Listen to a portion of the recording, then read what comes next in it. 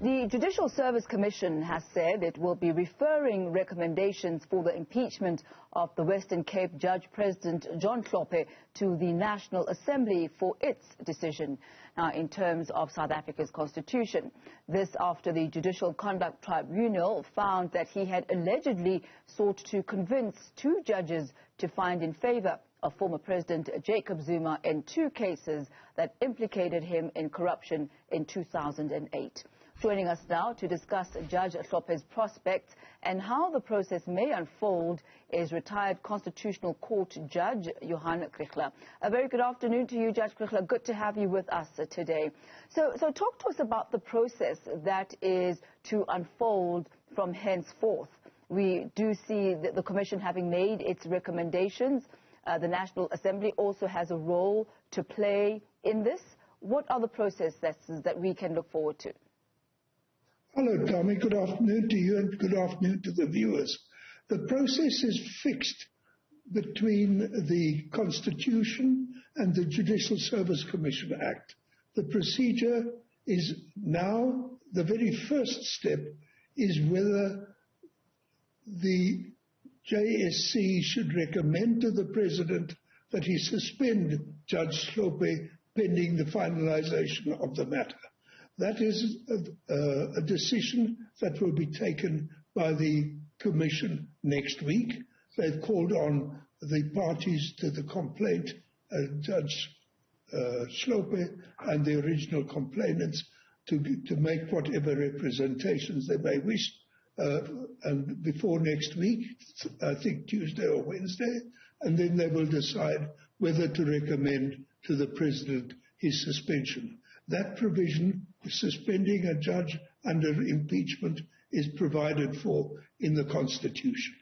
Then, in any event now, whatever happens regarding suspension, the charge, the findings of the tribunal, the findings of the Judicial Service Commission, the majority and minority decisions, reasons, are all to be sent to the Speaker of the National Assembly, and there the matter will then be determined in due course according to parliamentary rules, and that is not before us at this stage.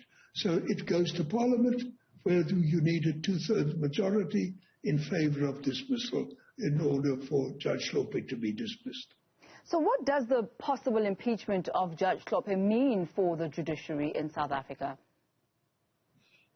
Tommy, obviously it's a watermark case. It's a very sad case. We're lucky, fortunately, happily, it's the only case we've had in the years of the new South Africa where a judge has behaved in a manner which is so improper that it adds up to gross impropriety, which justifies impeachment. It's the first case. I trust it's the last, if not forever, then at least for a long, long time. You've said it now, and you actually have said it before, that you believe the manner in which Judge Hlope conducted himself was untoward and that he was guilty of misconduct. This is something that Judge Hlope is wanting to appeal. Upon what basis do you believe he can appeal this? What would be the merits of his argument? Tommy, there's no basis for him to appeal that finding.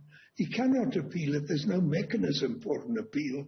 At best, he can try to do a review, which is an entirely different process, in which he will have to show that the Judicial Service Commission has acted grossly improperly, misread its duties, overlooked something it shouldn't have overlooked, a basic error in the procedure. That's not easy to prove. In fact, that's very difficult to prove. How he will go about it, I really cannot say.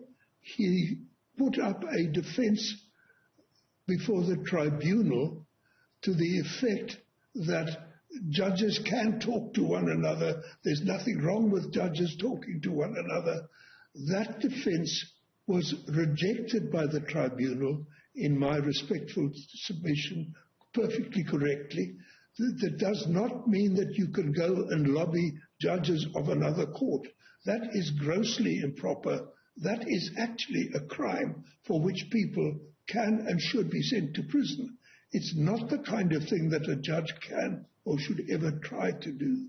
On the evidence of Judge Nkabinde, for instance, Judge Hlope clearly tried to influence her to the effect that the Supreme Court of Appeal's findings in the case that was pending before the Constitutional Court had been wrong, and he was arguing why that decision should not be upheld. That is grossly improper. One argues cases openly in court. One does not go behind the curtain and try to persuade a judge or judges secretly like that. But that's all been found and traversed and dealt with by the tribunal, which made a very clear finding both on the facts and on the ethics of the judicial profession. And those findings stand, they're there, they're clear, and it's actually not a political issue. It's an ethics issue. The fact that Judge Hlope had tried to persuade colleagues of a different court in favor of a politician is, of course, not irrelevant. And in fact, in the view of some people, including myself, it is one of the indicators of state capture.